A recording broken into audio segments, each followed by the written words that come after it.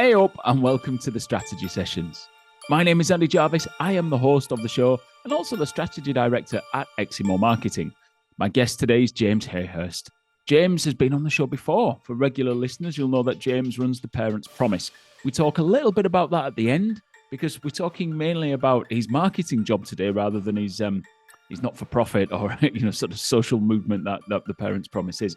We do talk about that at the end though. But we talk mostly about his day job, which is running the Magic Sauce course. That is a program that helps agencies and clients build better relationships to deliver better work. You might be thinking, agencies should just get on and do better work for clients. If only it was that simple, there wouldn't really be a need for a course, would there? So that's what we dig into. That's what we talk about. And yes, I do ask James that tough question as well. Do we really need this? Couldn't we just do it ourselves? So we were on location in London, It sounds like we're in New York or somewhere like that. We met in a hotel in London at the Zeta Hotel. I do mention it in the clip, but I'm thankful for them for letting us use their Downton Abbey-esque room for shooting this podcast. So thank you very much and enjoy the episode. Here we go. James Hayhurst, what one thing do you wish you'd have known 10 years ago? Wow. There's probably two things, actually, I wish I'd known 10 years ago, if I can break the rules straight off the bat. Both of which we may cover in this conversation, both around relationships. So 10 years ago, just thinking back, I was MD of Leagas Delaney, so I was in the advertising game. And as I'm sure we'll come to discuss today, I wish I'd known what it was like to actually be a client. And that would have made me quite a lot better at my job, I think. And I've since built a program around understanding what clients really want and how agencies can help, and vice versa. The other thing I probably wish I'd have known, I know you've got some skin in the game here as well, is some of the deficiencies with the so-called with the family court system, and the as we may talk about at the end of this podcast, the Parents' Promise initiative that I have launched with your good self to help parents and couples in the UK separate better. So I could definitely look back with hindsight and make a few different decisions and probably save myself a little bit of cash along the way. I can imagine. I think it's important that we return to Parents' Promise, which we'll kind of come to later on in the discussion. So Magic Sauce is why you're here today, because the Magic Sauce program and course covers a real area of concern in the marketing world, doesn't it? Do you want to tell us a little bit about that? Yeah, I think it covers an area, I'd say of concern, but probably an area which is under-resourced or kind of underappreciated. I think on an area of opportunity. An area of opportunity, you may say. I think we talk quite a lot about relationships and the importance of them, but I'm not sure if we really understand what it's like to be in each other's shoes enough. And I don't think we particularly understand quite how important, or this is my point of view, how important relationships are to actually getting great marketing out the door. It sounds like you're talking about a lack of empathy sometimes on both sides of the client-agency relationship. Would that be fair?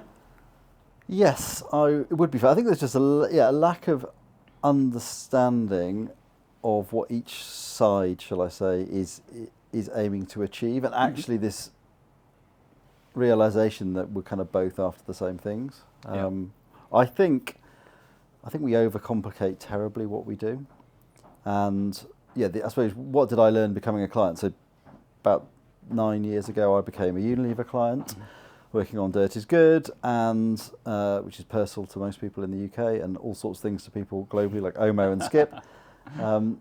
I realised pretty early a couple of really fundamental things. One was, I think literally on day 2, an agency came to present to me some work, and it was actually pretty good work. It was a small startup agency, and I remember just thinking after about 10 minutes, it was just 2 blokes from an agency called Animal, which is no more, I don't think. And I remember thinking, oh, I really like you. The work was clearly good, or else I probably wouldn't have thought that, but I was just hit by the importance of the human connection that you get in a room. Yeah. And I think agency side, we probably get a bit too preoccupied with what's on the charts rather than maybe understanding what it feels like to be about to buy some work. Yeah. And I don't think I appreciated how much I didn't know about that I didn't know about what my client was dealing with. Yeah. So there's a whole host of reasons, a whole host of things that I'm worried about as a client that my agency's maybe not aware of. And there's all the politics, all the culture, all the KPIs I need to hit to get my bonus. And maybe as an agency person, we don't spend enough time understanding that. And you'd had quite a significant background in agencies by this point, hadn't it? It's not that you were just a bit, sort of green around the gills or wet behind the ears or whatever. You significant experience in agency side before you'd gone to Unilever. Yeah. So take us back to the agency days and what was the core focus when you were there, and then let's contrast that with when you jumped to the other side and you were like, what is this? Yeah, I think it's I spent 15 years agency side, so 12 and 12 and a half was at DDB, Adam&Eve as it's now, and BMP DDB when I started, as we may have covered in the first podcast I was on, and I think the intention on there, and still is for agency people, is to do great work that sells stuff. Yeah. And this is something obviously I talk to clients a lot about, is trust your agency, because we're not trying to scam you out of money. We are trying to do the best we can. Otherwise, it'd be a bit odd for us to spend all our lives doing this career if we didn't want to sort of achieve good things with it and do the right thing. I think sometimes those things maybe aren't aligned well enough, or we've not talked about what we think we're trying to do. So. One of the things I often notice when I work with agencies and clients is, even today where we've got you've had some of the luminaries on the podcast, I know, like Mr. Sutherland, Mr. Ritson. Yeah. We've got a pretty good idea of how this stuff works in a way we didn't have 20 years ago when I started my career. But I find it's actually quite rare that an agency and a client have sat down at the start of a relationship and said, okay, so at agency Y, this is how we think this stuff works. That conversation is very rarely had. And now if I look back when I was presenting my first poster ads with tiny logos many years ago, I was going into those meetings with the senior clients thinking I was producing something amazing, and maybe I was, but it was my view as to what a great piece of work looked like, and they probably had a very different view, which is one that I came to appreciate when I was at Unilever. So then when you switched sides here, you poacher turned gatekeeper or whatever the phrase is, you jumped to the other side. Dark side, saw the light, whichever saw way, the light, exactly. And you went there.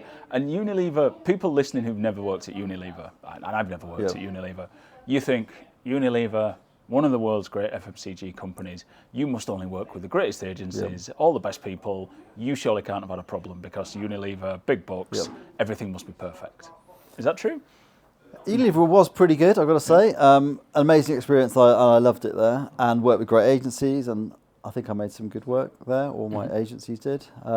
What I think is missing, or what I didn't appreciate, the other side is, when I started in my agency career, kind of 22, 23, your clients usually a bit older, and I assumed that they had a rounded experience as to how to work with agencies, and clients have a very rounded experience because they have to do many more things, which us as agency people don't realise. There's at least 4 Ps and promotion's only 1, so you've got a lot on your to-do list as a client. Yeah.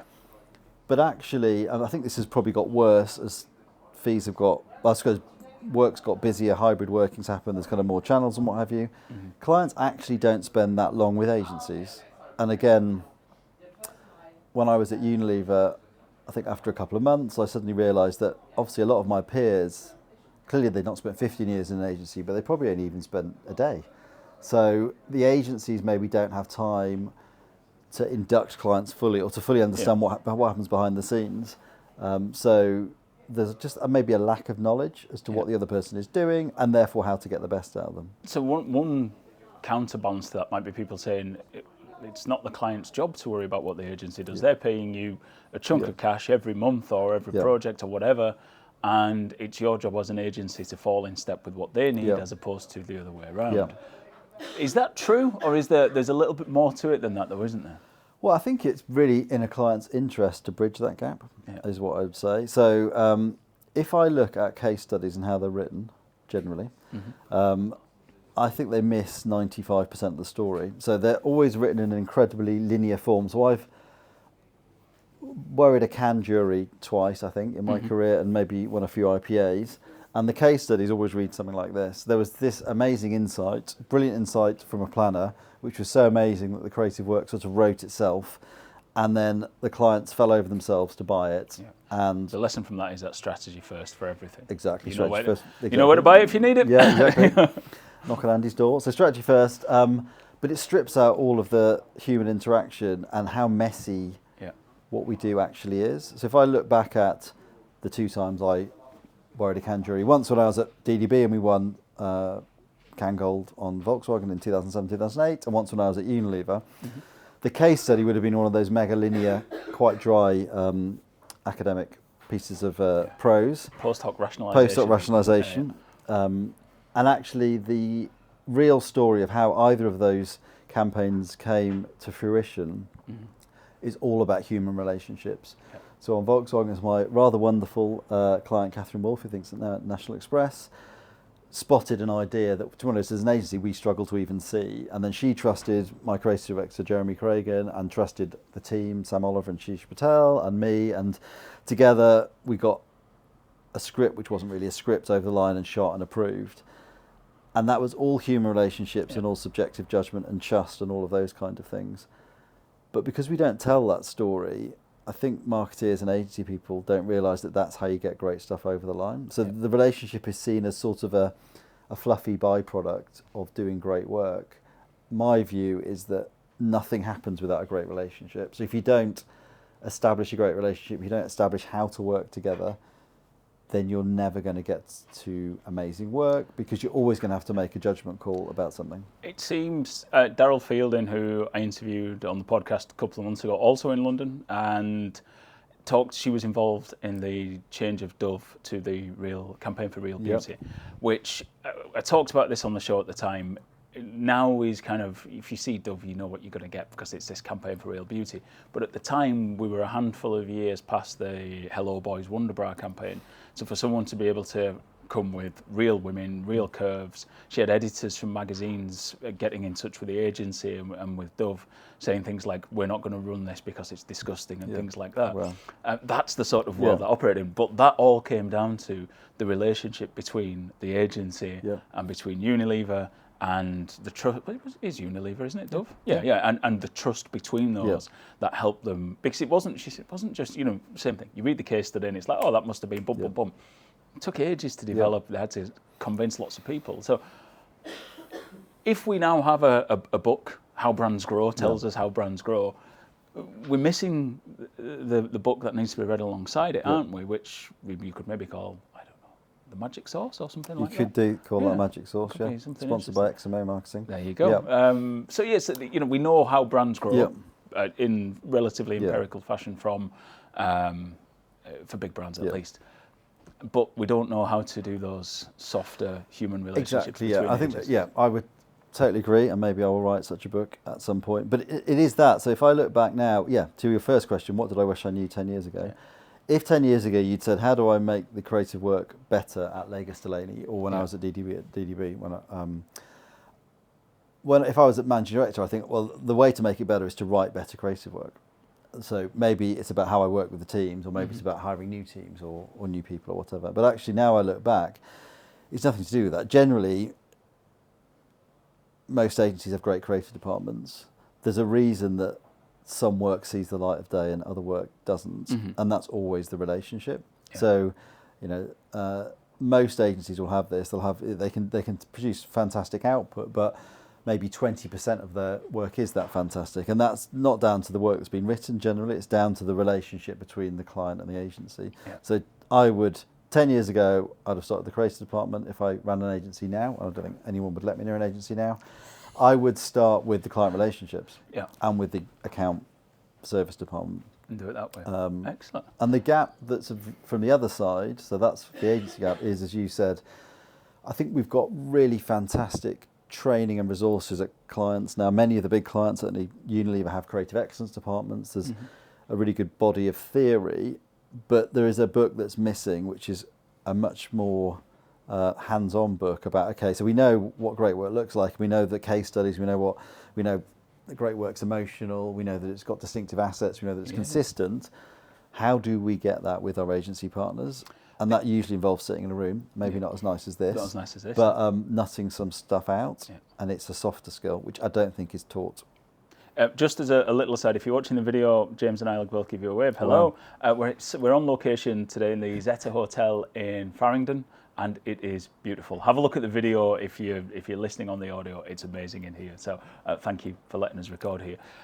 When people say to me, will you recommend a book, that sort of thing, the book I tend to recommend is not How Brands Grow, but tends to be Creativity Inc. by Ed Catmull. Have you read it? I have read it. You have read it. So those who haven't read it, or if you're a regular listener, you'll have heard me talk about it, about the creative process and how Pixar kept churning out the hits year after year after year. And one thing that always sticks with me is how they created this, you call it creative tension, where people felt comfortable to put their ideas to a room of people because it was the right people, but they would be challenged and taken to task, but it was all about improving it and trying to distill that and introduce it into those. It's almost like it's quite hard to do, but it feels like that's how you get better work by creating creative tension and allowing it to improve the work. No, exactly. And I've got a bit of a nerd. There is a reading list that goes with my course, and that is one of the top books on it. And there was a couple of things that struck me about that. But one is it just looks like, because I'm a bit of a Pixar fan, that they just churn out the hits, and it must be easy. You just turn up to work, like write something for Buzz Lightyear to do, and away you go. And it was just interesting to see how that wasn't the case. But there's a concept that they touch on, and I wasn't aware of the actual name, which I am now, which is psychological safety. And those brain trust sessions that you were referring, where it's all good intention, but it's about really pushing in the right spirit to get something great, is exactly what's at the heart of great relationships or missing from bad relationships. And there were just two, before I knew that it was called psychological safety, there were two concepts that I took with me from agency world. One was the doom loop, which I've been on many times. There is elements of PTSD. I imagine there's lots of people listening, nodding along, going, yes. The doom loop. I think I specialised in this at the start of my career. What would happen was, imagine you were kind of quite junior in an agency, you'd be aware that the exec were very scared about that piece of business.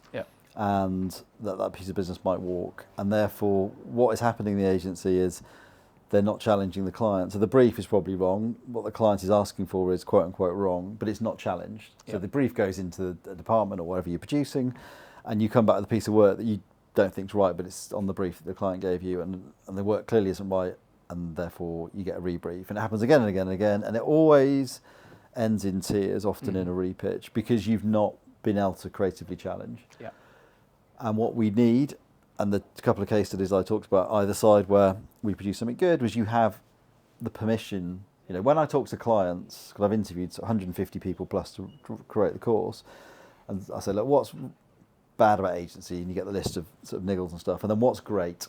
And what is great is they challenge, they simplify, they see the things we don't see, and they produce magic. And you can only do that when you're feeling like you're empowered to do your job, and you have permission to ask questions, to challenge, to even argue potentially within a safe environment, which is what the brain trust sessions were.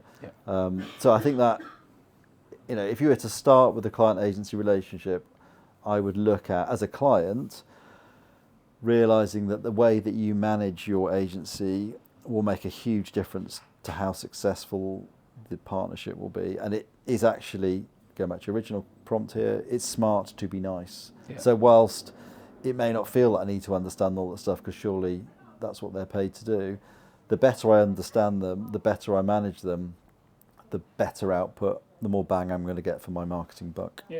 No, absolutely. Makes entire, as you describe it that way, makes entire sense.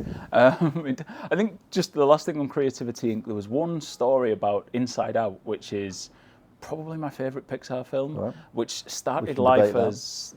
We can debate that. We can debate that. I'm not saying it's their greatest work, I'm saying it's my favourite. But he said it started life as an idea which was called something like the story of the emotions that work inside a child's head. And it wasn't even a fully formed idea, but a director who had a concept and a sort of a story arc that he wanted to explore, and was still given the airtime in those meetings to be able to have it kicked around and work out how to bring it to life. Because when you think about it, it's an incredibly complex story of four emotions living inside a child about to become a teen's head, and how that then rolls itself into a great story and just a brilliant film. And I loved, what I took from that was they let an idea that wasn't fully formed find its way and develop and became a hit. I think it often gets scored in the top 3 Pixar films of all time when you look at the listings and ratings. I thought that was a really interesting way. I don't think creative work often gets that benefit of the doubt, does it? Exactly, yeah, and it's hugely important to appreciate that ideas when they're first birthed are, I think they talk about them as ugly babies, don't they? That's yeah, ugly baby, and they need room to breathe. And it's so easy as clients because we're kind of working a quick, kind of rapid fire, we're under pressure. You can very quickly go to what's not quite right.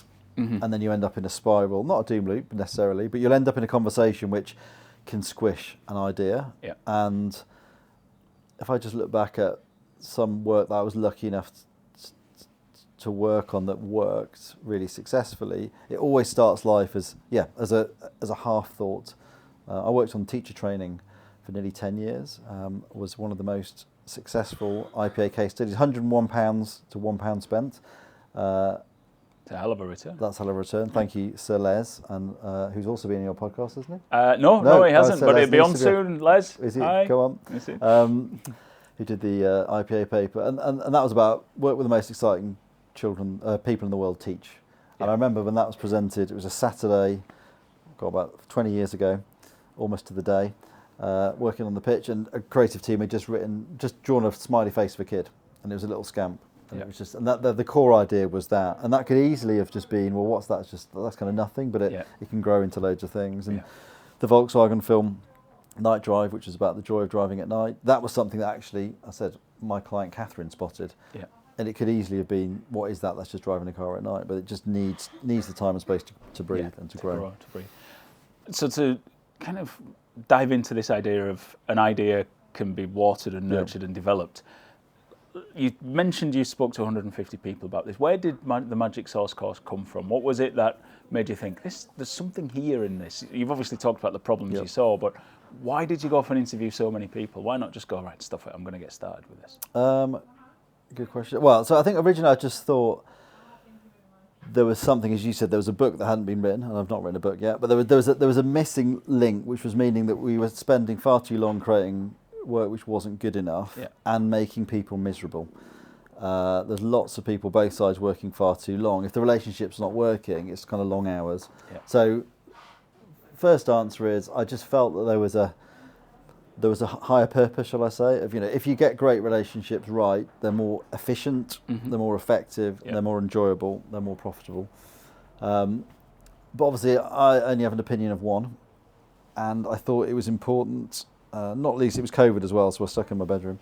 But I think it's always important to get the views of others. So what I did was ask some pretty basic questions to both sides, like what's brilliant about working with agencies, what's less good. Tell me about when you've made great work. What's been the kind of, I didn't use the word ingredients because it wasn't the Magic Source course then, but what are the significant factors behind that? And I just think it's so important to look wider so that you can be sure what you're saying is the truth. And I wanted to build a program which had real practical application. So it wasn't just some theory, but here are some actual quotes from real people who are doing it kind of day to day.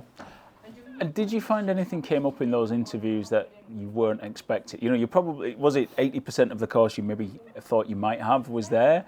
Or was there any sort of real moments of, oh, I've missed that? Oh, that's a very good question. I think I've now know it so much, I can't remember what I knew before I wrote it versus what I did. I think one thing that came out, which is, linked back to an earlier question, is when I asked, tell me when you've done brilliant work or had a great success, what's been a key factor behind it? If you were to read the marketing press, which many of you will do, generally there's a new buzzy thing every year that is supposedly the thing that will lead you to fame and fortune. It's currently AI, isn't it? Yeah, it was the metaverse last year.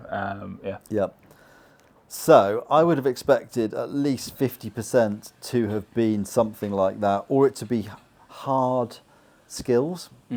So it to be a planning insight or some craft, all of which are important. But I would say 95% talked about chemistry. It was the same words: chemistry, trust, relationships, And then there's this other word which snuck in there as a weasel word, which I thought was really interesting, which was genuine.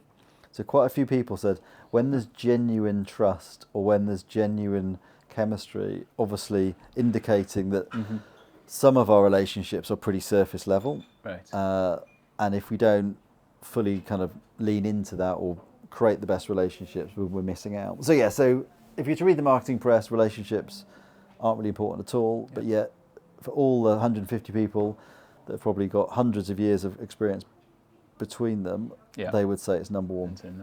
So what you built from this, you had all the time, most of your daughter's bedroom in someone's COVID, bedroom, exactly. Beautiful backdrop. With a glitter ball. With a glitter ball, absolutely wonderful. So you've developed this, you're developing the course, then you're building it into a business as well. So what's the give us the marketing mission statement for the business? The marketing mission statement. Or the mission statement for the business. Well, I think the mission statement, obviously, like all good marketeers, you kind of rewrite it all the time. But the mission statement really is to create healthier relationships, to make better work, and to have happier people in marketing, I suppose, in a long-winded way. I think it goes right to the core. So as I said before, I think it is better relationships, everybody wins, and we strip out a lot of the unnecessary complexity in what we do. So, and what's the delivery? Because we talk about this as the Magic Sauce course. What's the delivery mechanism? Then it's a program. Is it? I'll go through online and do my exams at the end, and I'm Magic Sauce certified. There's no exam yet. Yeah, so deliver it. So there's a couple of things. It's a 6-module program. We've got one for agencies, one for clients, which is birthed in Zoom world. But now, as we've moved past it, I like to do it in surroundings such as these. Often it's in person. And then I work with agencies and clients together as well in workshop formats to establish why relationships are so important. To establish, as we talked about before. So that's not refereeing when the it's not relationship's refereeing. going sour. No. There's a bit of refereeing that I sometimes do, but no, it's really about.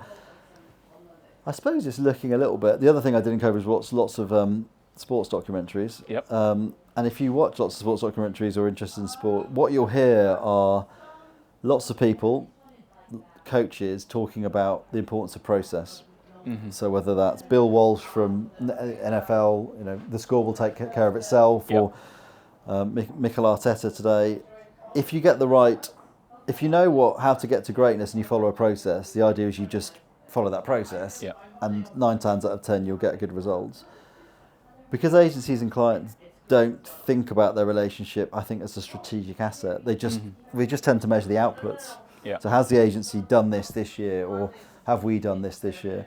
So I like to focus on, as a relationship chemistry, or kind of, is the relationship set up, or are we going through the right behaviours to make greatness?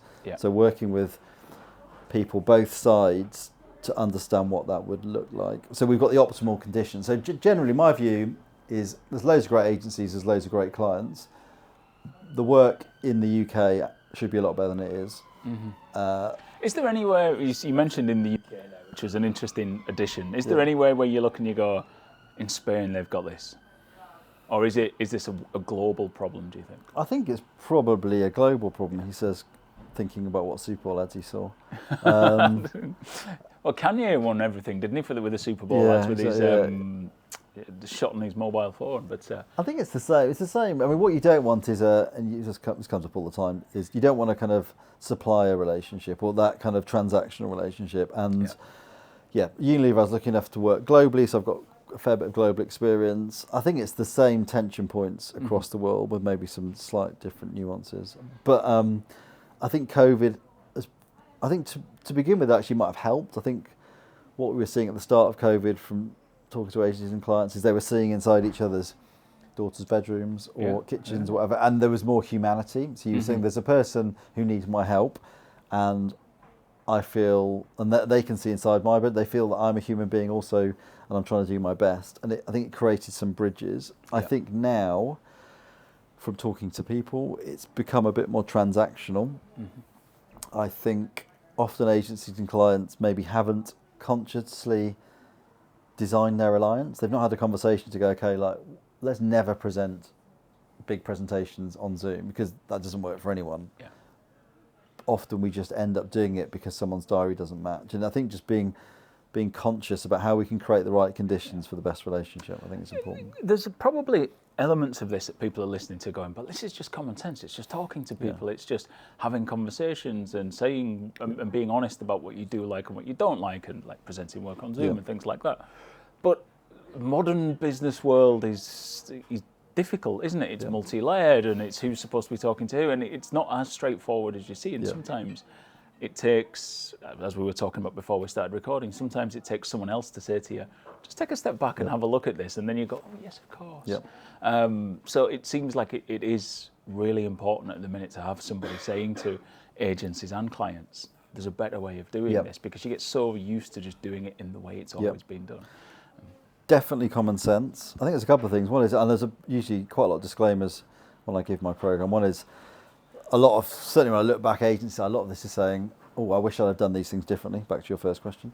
But a lot of it is things that people may think is a little bit old school, but it is just understanding that those things are quite important. So you know that, I don't know whose metric it is, Boston or somebody, is the urgent, important. Stephen Covey, isn't it? There we are. 7 Habits of a Doodah. Urgent, important. Yeah. My view is we're spending more and more time in urgent. I think maybe the way that agencies are paid now is more transactional, a bit more kind of like how we deal with lawyers.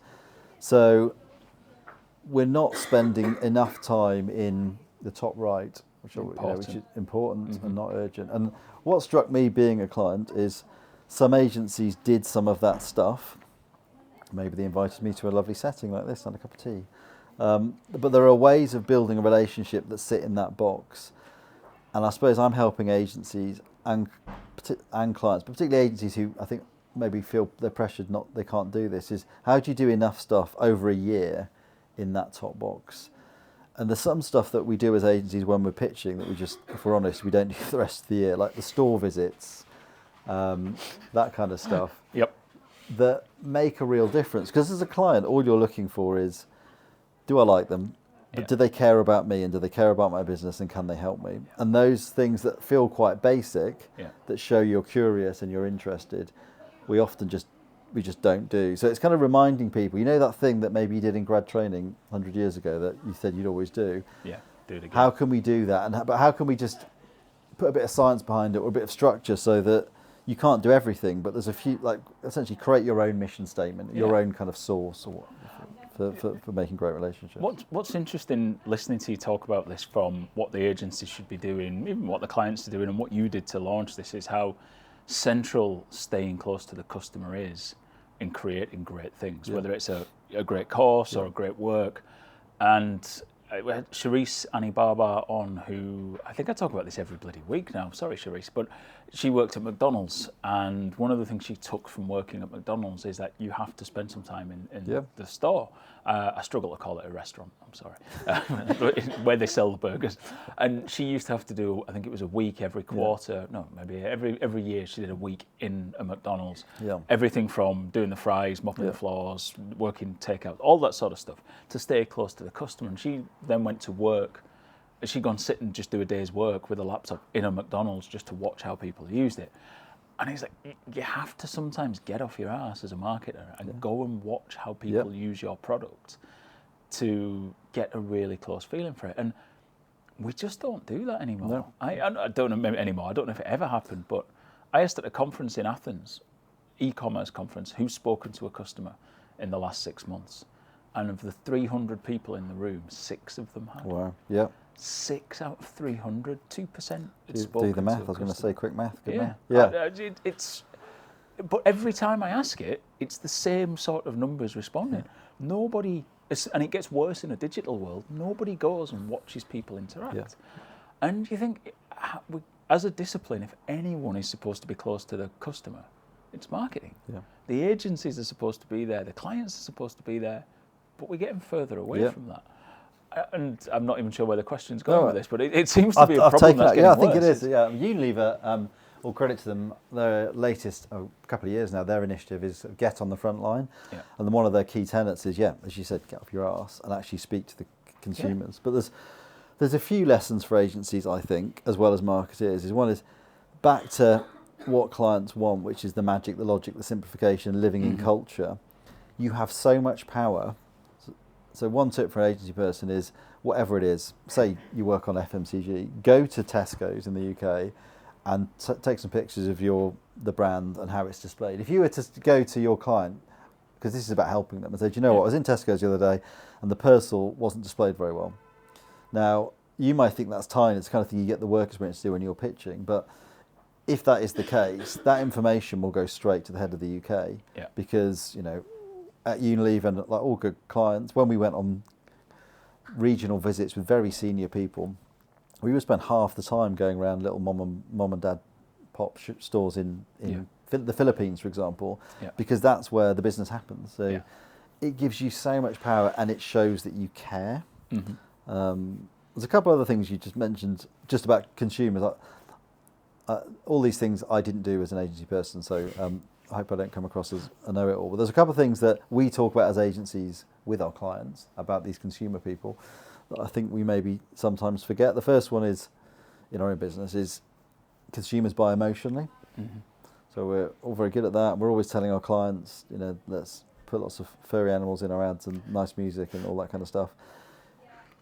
Your client buys emotionally. So going back to, you know, building relationships. So if you get the relationship right, the rest will follow. Your client will buy you emotionally. So there's a huge resonance or huge importance at pitch stage and early stages of relationship to do that. I love when I've worked with B2B and in all sorts of various different B2B sectors, but most of the B2B stuff I've done has been quite industrial stuff. And so you've got people selling earth-moving machines and stuff like that, and mining equipment, things like that.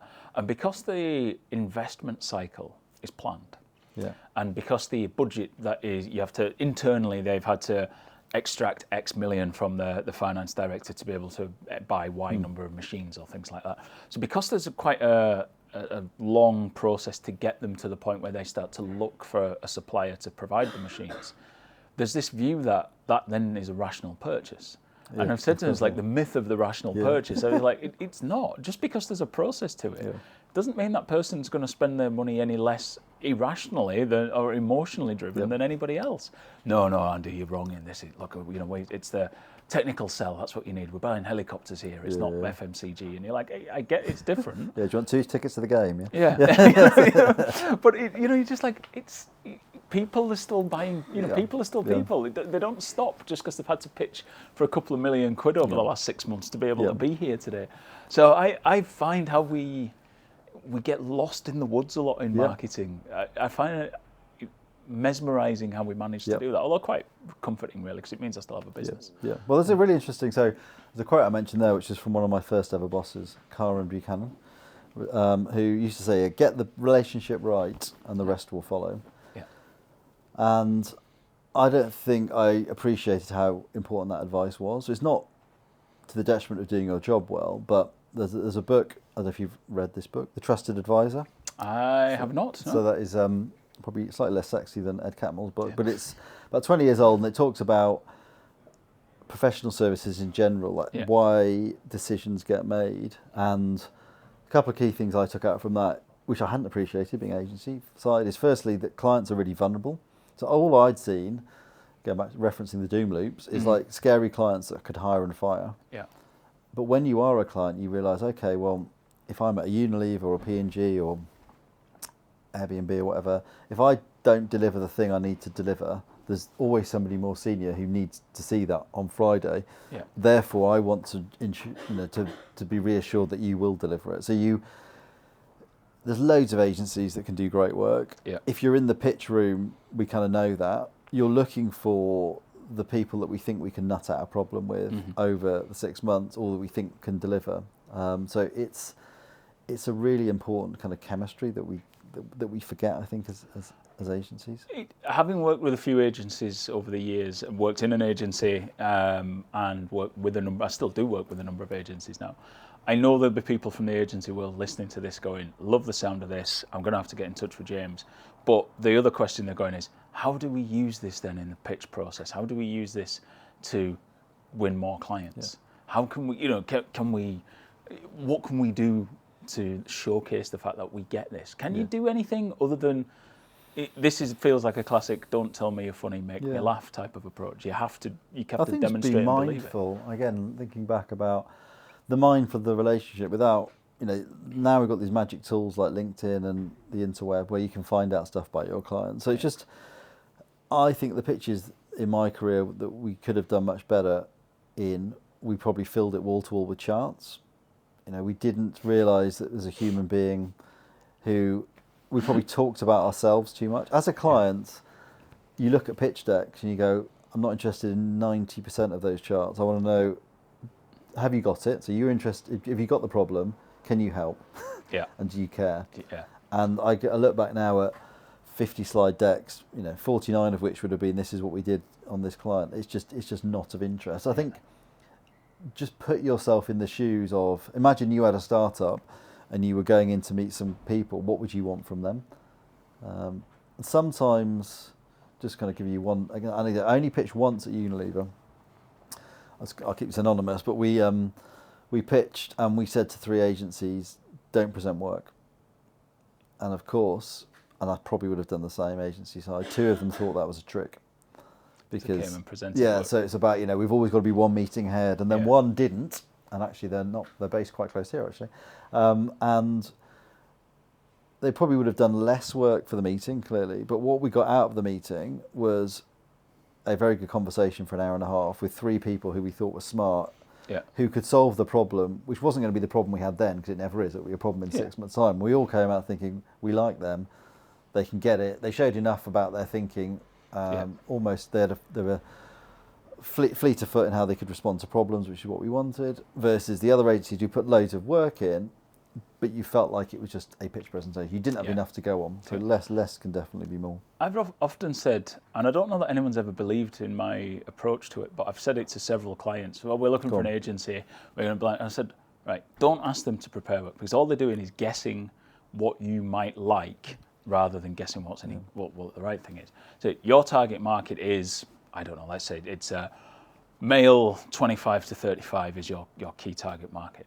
Bring the agencies in and say, show us what you've done for these before, tell us about your process, and I want to see the people who are going to be on the account. Yeah. And you can spend 20 minutes telling us what you've done before for that audience, then 20 minutes talking about the process, and we'll spend 20 minutes chatting, and then you can go. Yeah. They'll appreciate it because they're not going to spend weeks getting work ready that they might never see the light of day, and you'll get a much better idea on what can they do, who are you going to buy from. People go, oh yeah, great. Anyway, get them to create this. No, exactly.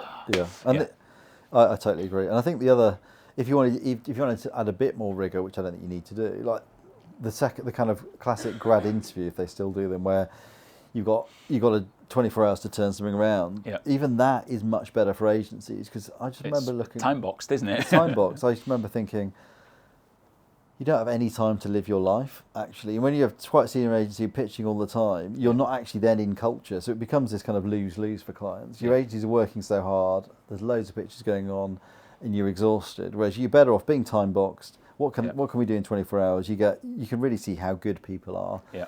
It's actually quite fun for the agencies to do that, and everyone's a winner. Excellent. So agencies and clients, listen to Andy. There you go. Yeah. That's another lesson. I've no course to sell them, so listen to James first instead. We'll have your details in the show notes in terms of how people get in touch with you. But I want to, before we run out of time, just move on to the other relationship you mentioned, which is the Parents' Promise. So the Parents' Promise is the subject of an earlier podcast, but a lot's changed since then. There's a beautiful picture of me and you at the House of Commons. There is. Floating around somewhere. I've still got that. It's under lock and key somewhere, I think. So tell us the sort of the elevator pitch for the Parents' Promise, and then we'll dive into what's happened.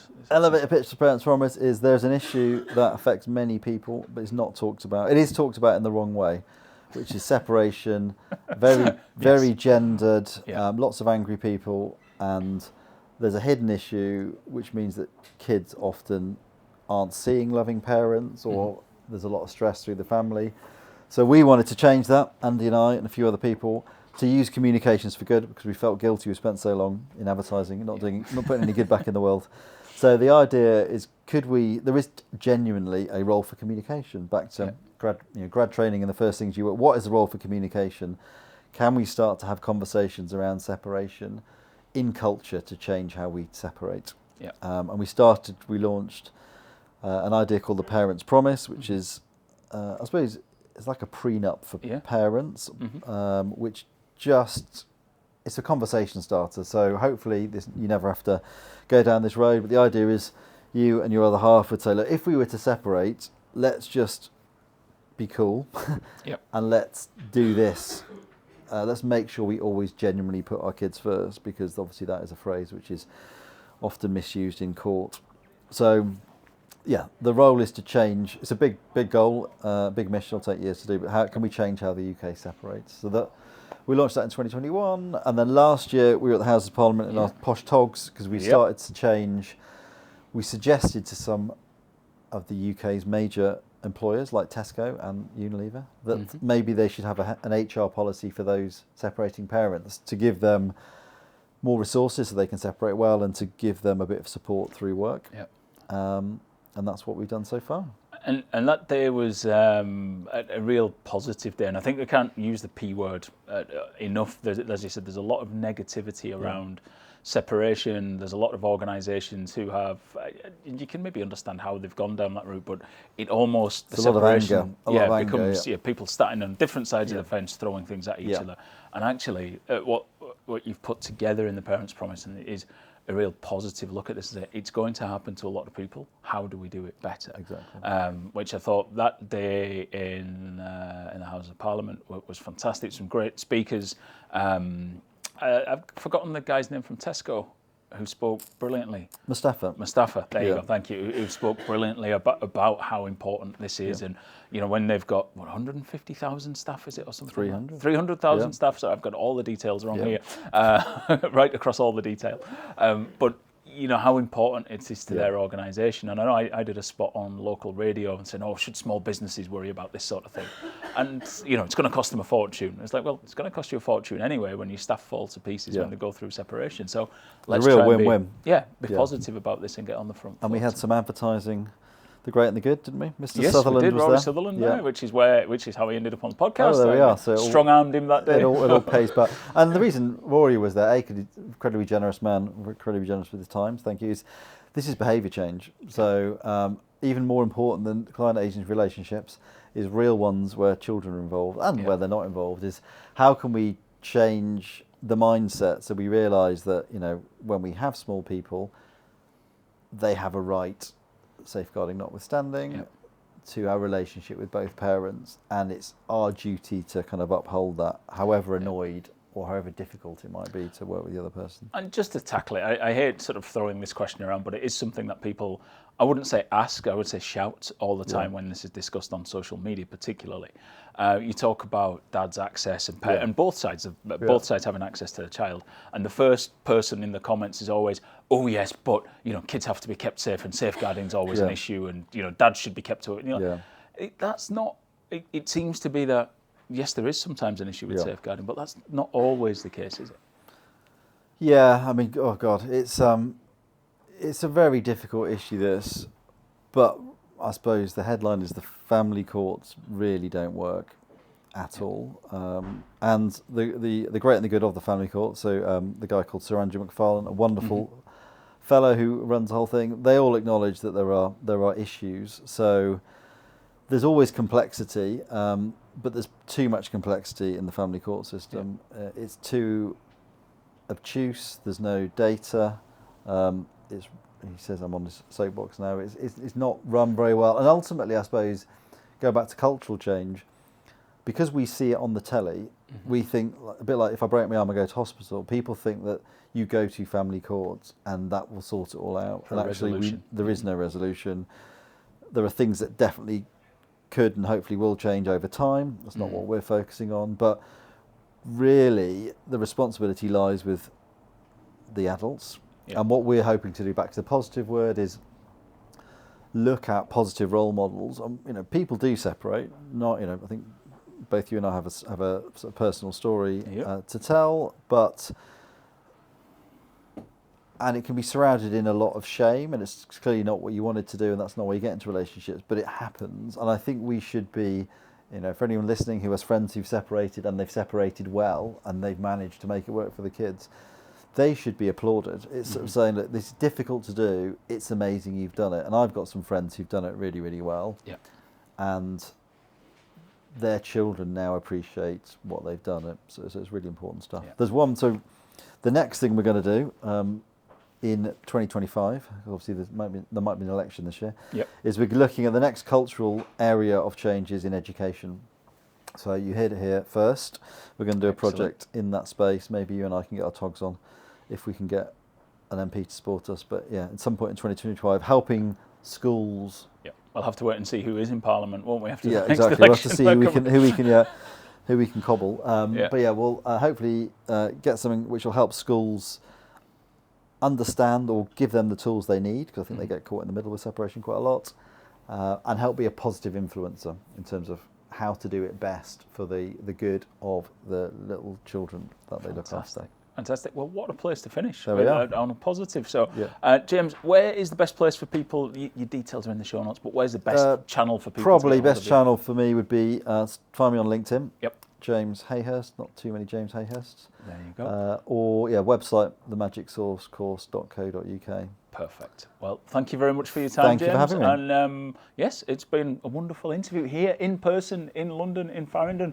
Thank you to the Zeta Hotel for this amazing backdrop. And again, if you're only listening, go and have a look at the picture because it is tremendous. And if you're in America, you're probably looking going, this is the most British scene ever, aren't you? But it certainly is. Right. Thanks very much. Abby. Goodbye. Thank you. Bye-bye. Cheers.